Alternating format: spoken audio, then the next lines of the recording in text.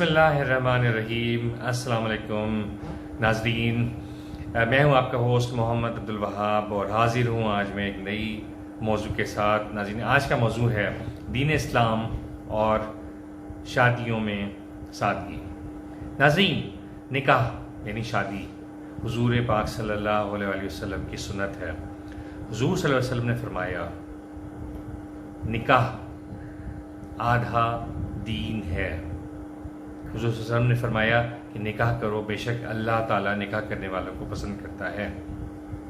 नाज़रीन, क्या वजह है कि आजकल हमारे माशरे में निकाह को यानी शादी को इतना महंगा बना दिया गया है, इतना मुश्किल बना दिया गया है कि हमारे माशरे में लाखों की तादाद में लड़कियां और लड़के अपनी शादी की उम्रों को क्रॉस कर चुके हैं और वो अभी तक गैर शादीशुदा हैं और अभी तक वो अपने बावजूद कोशिशों के, अपने बावजूद तमाम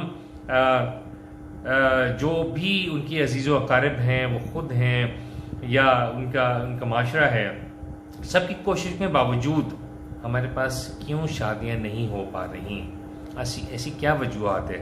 आज की इस वीडियो में हम इस बात का जायज़ा लेंगे कि हमारे वो कौन से माशरती मसाइल हैं जो हमारे नौजवानों की शादियों को रोक रहे हैं। आखिर वो कौन सी हमारी आदत हैं, आखिर वो हमारे कौन से मसाइल हैं, वो हमारे कौन से इश्यूज़ हैं जिन्होंने शादी की सुन्नत को, निकाह की सुन्नत को इस कदर मुश्किल बना दिया है कि लोग बावजूद कुदरत रखने के, बावजूद ख्वाहिश रखने के शादियां नहीं कर पा रहे अपने बच्चों की। बे इंतहा लाखों अंदेशा है कि तादाद करोड़ तक पहुंच चुकी है कि तादाद में लड़कियां पाकिस्तान में गैर शादीशुदा बैठी हुई हैं घरों में। उनके मुख्तलिफ़ किस्म के मसाइल हैं, स्टेटस का मसला है, इनकम का मसला है, जहेज़ का मसला है और दूसरे तीसरे मसाइल हैं। लाखों की तादाद में, अगेन इनकी तादाद भी बहुत कई 1 लाख पहुंचती है। वो लड़के हैं जो कि अपनी शादी की उम्रों को क्रॉस कर चुके हैं लेकिन वो शादी नहीं कर पाते। लड़कियों की शादियां क्यों नहीं हो पाती नाज़रीन? बेतहाशा जहेज़ की डिमांड, बेतहाशा वसाइल का होना वो नामुमकिन है इस माशरे में। लड़कियों की शादियां इसलिए नहीं हो पाती कि लड़की वाले बेइंतहा अच्छा स्टेटस चाहते हैं, बहुत अच्छी तनख्वाह चाहते हैं, लड़के का अपना घर चाहते हैं, लड़के की अपनी गाड़ी चाहते हैं। नतीजा ढाक के 3 पात, न लड़कियों की शादियां हो पा रही हैं न लड़कों की शादियां हो पा रही हैं।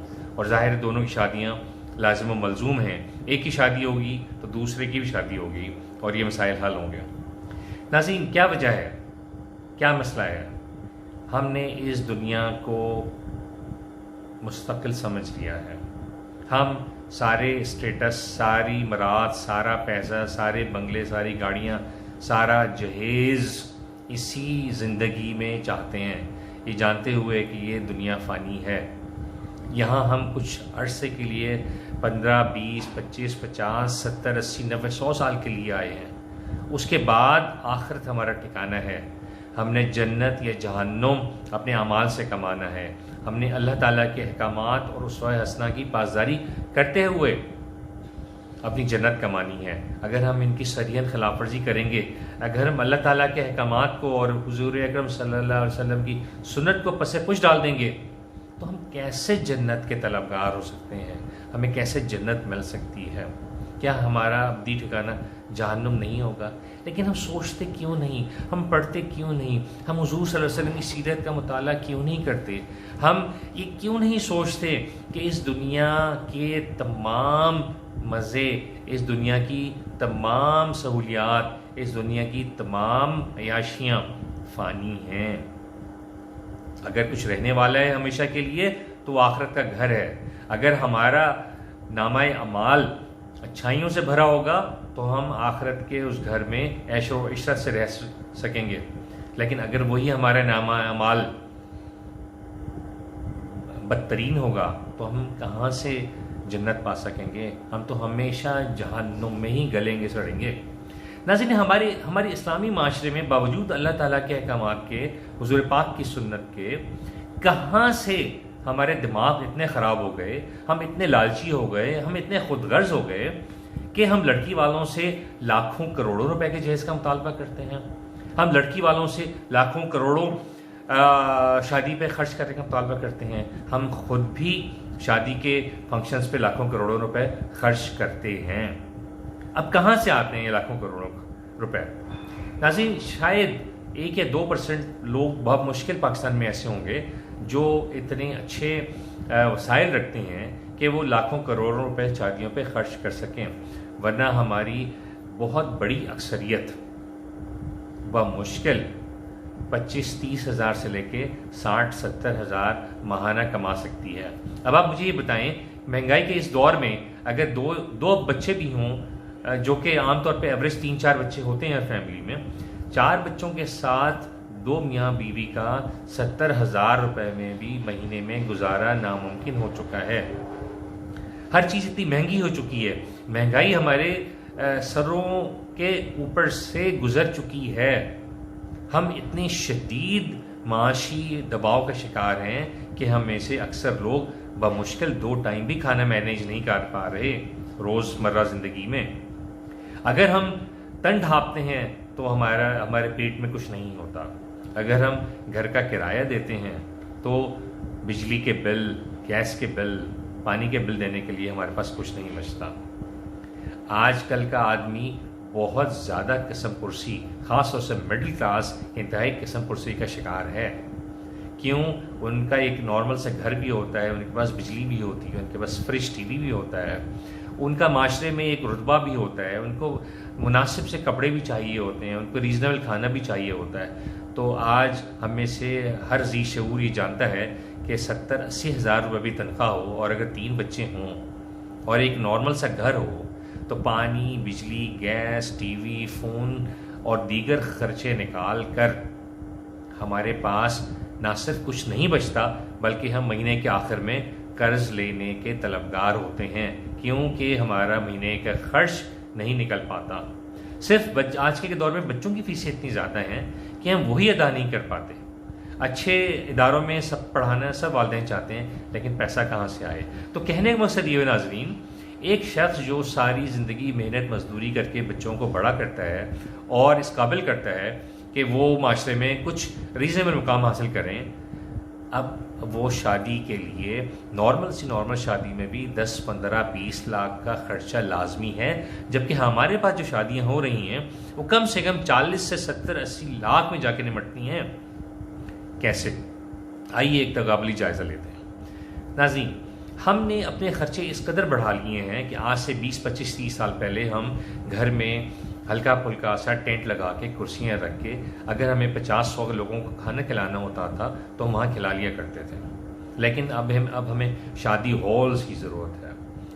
हमें लाखों रुपए चाहिए शादी हॉल्स को बुक कराने में, हमें लाखों रुपए चाहिए वहाँ खाना सर्व करवाने में, हमें लाखों रुपए चाहिए वीडियोज़ के लिए और फोटोग्राफी के लिए। सिर्फ 5 से 10 लाख का पैकेज जो है वो वीडियोज़ का और फोटोग्राफी का आजकल अच्छी कंपनीज लेती हैं। नाज़रीन, इसके अलावा आजकल ज़र्ब बर्ग ऐसे लिबास जो दुल्हा दुल्हन ने शायद एक दिन से ज़्यादा नहीं पहनने होते, हम उन पे लाखों रुपए खर्च करने के लिए मजबूर हैं। हमारी दुल्हनें तो एक तरफ, तमाम वो ख़वातीन, नज़दीक तरीन रिश्तेदार ख़वातीन जिन्होंने शादी ब्याह में शिरकत करनी होती है, ख़ासतौर से घर की शादी में, वो ब्यूटी पार्लर्स जाकर तैयार होती हैं। आजकल कम से कम दुल्हन का जो मेकअप है 1 लाख से 5 लाख 10 लाख रुपए तक में दुल्हन का मेकअप होता है। एक नॉर्मल खातून का मेकअप 50 से 70-80 हज़ार रुपये में हो रहा है, और हमारी ख़वातीन सिर्फ चंद घंटे के मेकअप के लिए, चंद घंटे की फ़ोटोग्राफी के लिए ये अखराजात करने पे अपने आप को मजबूर पाती हैं, क्योंकि एक भेड़ चाल का दौर है।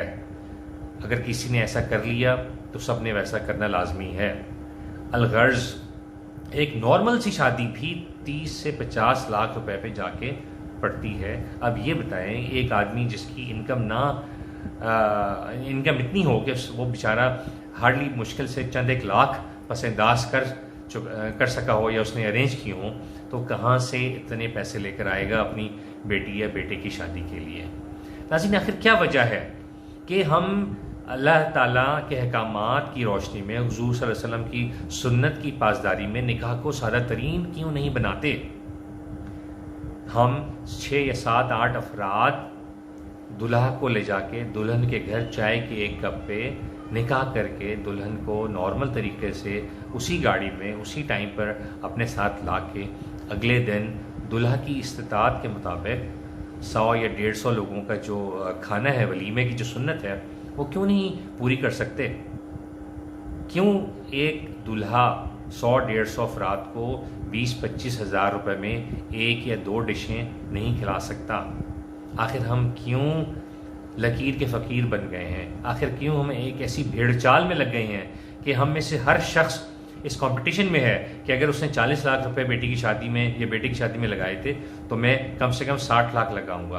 क्यों हम वो ज़र्क बर्क कपड़े और दिखावे के मेकअप, दिखावे की फ़ोटोग्राफ़ी, दिखावे की वीडियो मेकिंग में क्यों हम इस हद तक पागल हो चुके हैं कि हम ना सिर्फ अपनी जेबों का ख्याल नहीं कर रहे, बल्कि हम इतनी फजूल किस्म की रसूमात माशरे में दूसरों के लिए पैदा कर रहे हैं, दूसरों के लिए हम इतना काम मुश्किल बना रहे हैं कि जिसका हमें सिर्फ और सिर्फ अजाब होना है। आप अपने दिल पे हाथ रख के कहिए कि निकाह की सुन्नत में शादी हॉल का, बेइंतहा कीमती जोड़ों का, बेइंतहा कीमती मेकअप का, बेइंतहा फोटोग्राफी और वीडियो मेकिंग का क्या किरदार है। क्या ये सारे हमारी अपनी फजूल किस्म की रसूमात नहीं हैं। हम शादी से पहले 1 हफ्ता हल्ला गुल्ला करते हैं, हर रोज़ एक नई रस्म करते हैं, हर रोज़ लाख, 1.5 लाख, 2 लाख, 5 लाख रुपए खर्च करते हैं। किस लिए? सिर्फ अल्लाह ताला की नाफरमानी में, सिर्फ हुजूर सल्लल्लाहु अलैहि वसल्लम की सुन्नत की बगावत में, सिर्फ और सिर्फ आपस में गलत फहमियाँ, झगड़े पैदा करने के लिए, सिर्फ और सिर्फ आप सिर्फ इससे अंदाज़ा लगा लें कि अल्लाह ताला ने औरत को पर्दे में रहने का हुक्म दिया है, लेकिन शायद हमारे घरों की ख़वातीन और दुल्हनें इन शादी ब्याह की रसूमात में जिस कदर बेपर्दगी का मुजाहरा करती हैं और जिस कदर वो तस्वीरों में और वीडियो में अपने आप को हमेशा के लिए बेपर्दगी में रिकॉर्ड करवा लेती हैं, तो क्या नाज़रीन ये हमेशा के लिए गुनाह, हमेशा के लिए एक बुराई का सर्टिफिकेट नहीं हमें मिल जाता। आखिर हम ऐसा क्यों करते हैं? आखिर हम अल्लाह ताला के अहकाम और अल्लाह हुज़ूर सल्लल्लाहु अलैहि वसल्लम की सुन्नत की पासदारी करते हुए शादी को सादा तरीन क्यों नहीं बना सकते। आइए हम सब अहद करें कि हम अपने तौर पे इन तमाम फजूल खर्चियों से बचेंगे, इन तमाम बुरे कामों से बचेंगे और हुज़ूर सल्लल्लाहु अलैहि वसल्लम की सुन्नत की पासदारी करते हुए हम सिर्फ़ और सिर्फ जो निकाह का असल मकसद है, दुल्हा दुल्हन का मिलाप, निकाह के बाद हम उसको पूरा करेंगे और हम अल्लाह ताला को और अपने नबी पाक सल्लल्लाहु अलैहि वसल्लम को बिल्कुल नाराज़ नहीं करेंगे और हम अपनी आक़िबत संवारेंगे। नाज़रीन,